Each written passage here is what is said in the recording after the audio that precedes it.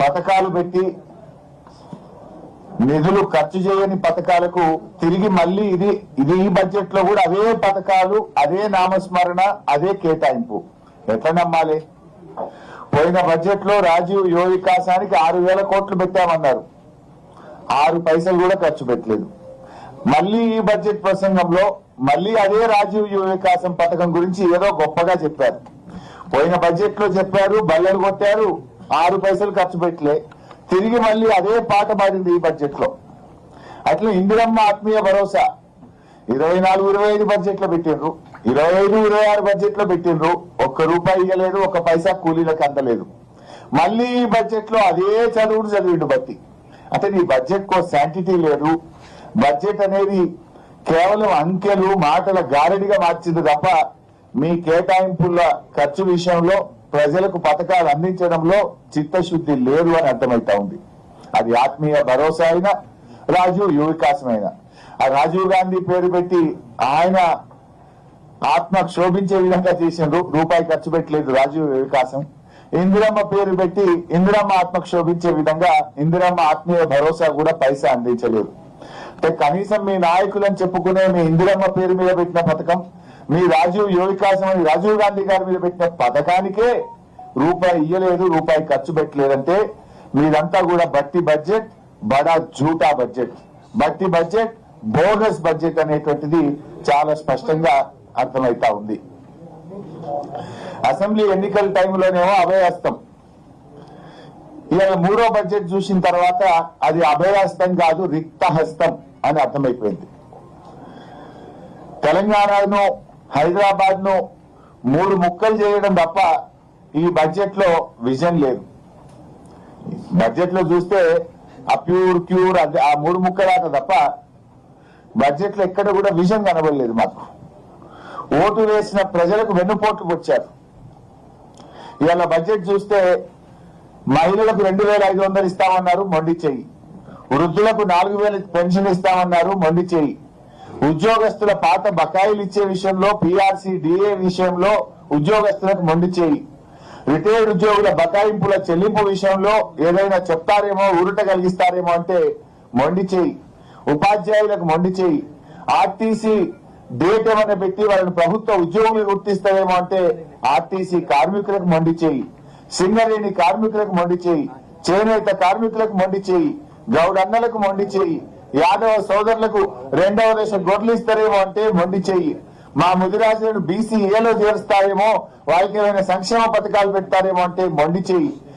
మొత్తంగా బీసీ సమాజానికి మొండి చెయ్యి. బీసీ సప్లైన్ పెట్టడం, ఏటా 20,000 కోట్లు పెట్టమన్నారు.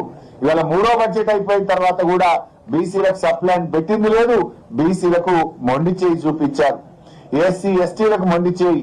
అగ్రవర్ణ పేదలకు, బ్రాహ్మణులకు, వైశ్యులకు మొండి చెయ్యి. మైనార్టీలకు మొండి చెయ్యి. ఇవాళ ఆశా అంగన్వాడీ వర్కర్లకు, చిరు ఉద్యోగులకు మొండి చెయ్యి. మైనార్టీలకు మొండి చెయ్యి. మైనార్టీలకు సప్లైన్ అమలు చేస్తాం అని చెప్పారు, కానీ ఇలా మైనార్టీలకు కూడా ఈ బడ్జెట్ లో మొండి చేయి చూపించారు.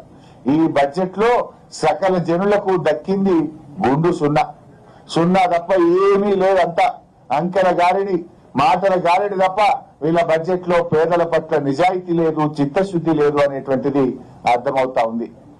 అప్పు మాత్రం దండిగా చేసిండ్రు. 3 ఏళ్లు నిండక ముందే 3.5 లక్షల కోట్ల అప్పు చేశామని చెప్పి వాళ్ళ లెక్కలు చెప్తా ఉన్నాయి. మరి 3.5 లక్షల కోట్ల అప్పులు చేసి ఏమైనా కట్టిండ్రా? బీఆర్ఎస్ పార్టీ ఓ సెక్రటరియట్ కట్టింది, ఓ అంబేద్కర్ కట్టింది, ఓ కాళేశ్వరం కట్టింది, ఓ మిషన్ భగీరథ కట్టింది, చెక్ డ్యాములు కట్టింది, చెరువులు కట్టింది. బీఆర్ఎస్ ఎన్నో ఆస్తుల కల్పన చేసింది. మరి మీరు 3.5 లక్షల కోట్ల అప్పు తెచ్చి చేసింది ఏముంది? అసలు మన రాష్ట్ర చరిత్రలో ఎప్పుడు పెరగనంత డెట్ టు జిఎస్డిపి రేషియో విపరీతంగా పెరిగింది.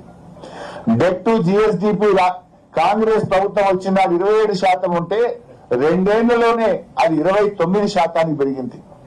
ఒకప్పుడు తెలంగాణ డెట్ టు జిఎస్డిపిలో భారతదేశంలో అతి తక్కువ డెట్ టు జిఎస్డిపి ఉన్న రాష్ట్రంగా బీఆర్ఎస్ హయాంలో తెలంగాణ రాష్ట్రం ఉంటే ఈ రోజు ఎక్కువకు పెరిగిపోయింది, 29% కు పెరిగింది.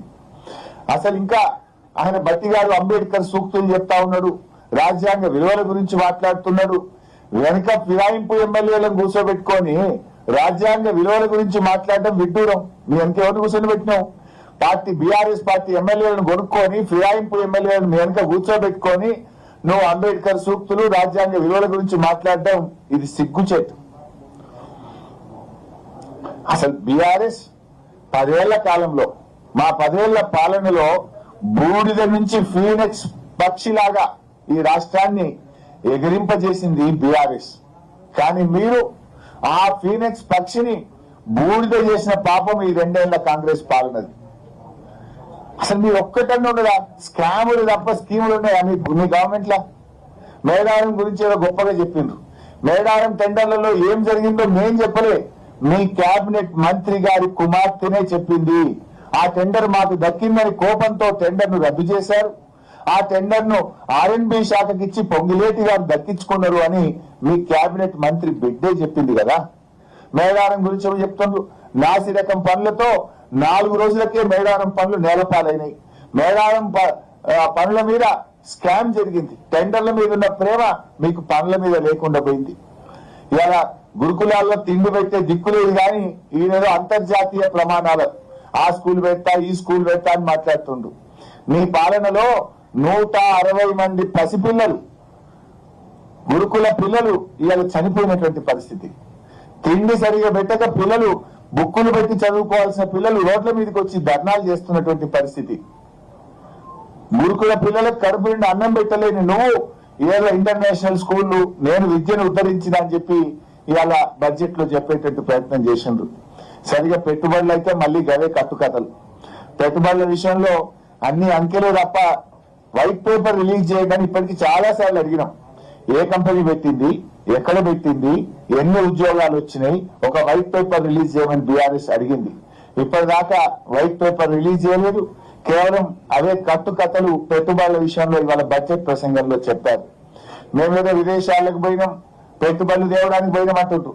వీళ్ళు విదేశాలకు వెళ్ళింది పెట్టుబడులు తేవడానికి కాదు, వీళ్ళ అక్రమ సంపాదన విదేశాల్లో పెట్టడానికి విదేశీ పర్యటనలు చేస్తున్నారు తప్ప విదేశాలకు పోయి వీళ్ళు పెట్టుబడులు తెచ్చింది అయితే ఏమీ లేదు. ఇంకా ముఖ్యమైన విషయం, ఒక మాట అన్నారు, తెలంగాణ అభివృద్ధి రేటు అంటే మన జిఎస్డిపి దేశ సగటు కన్నా అధికంగా ఉంది అని గట్టి గారు తన ప్రసంగంలో చెప్పారు. Telangana growth rate is more than the countries growth rate. మరి రేవంత్ రెడ్డి ఏమంటుండే రాష్ట్రం దివాలా తీసింది, రాష్ట్రం దివాలా తీసింది. బట్టేమో దేశం కంటే మన రాష్ట్రం అగ్రగామిగా ఉండి మన వృద్ధి రేటు బాగుంది అంటాడు. ముఖ్యమంత్రి ఏమో రాష్ట్రం దివాలా తీసింది అంటాడు. ఎవరి మాట కరెక్టు? మరి దేశ సగటు కంటే మన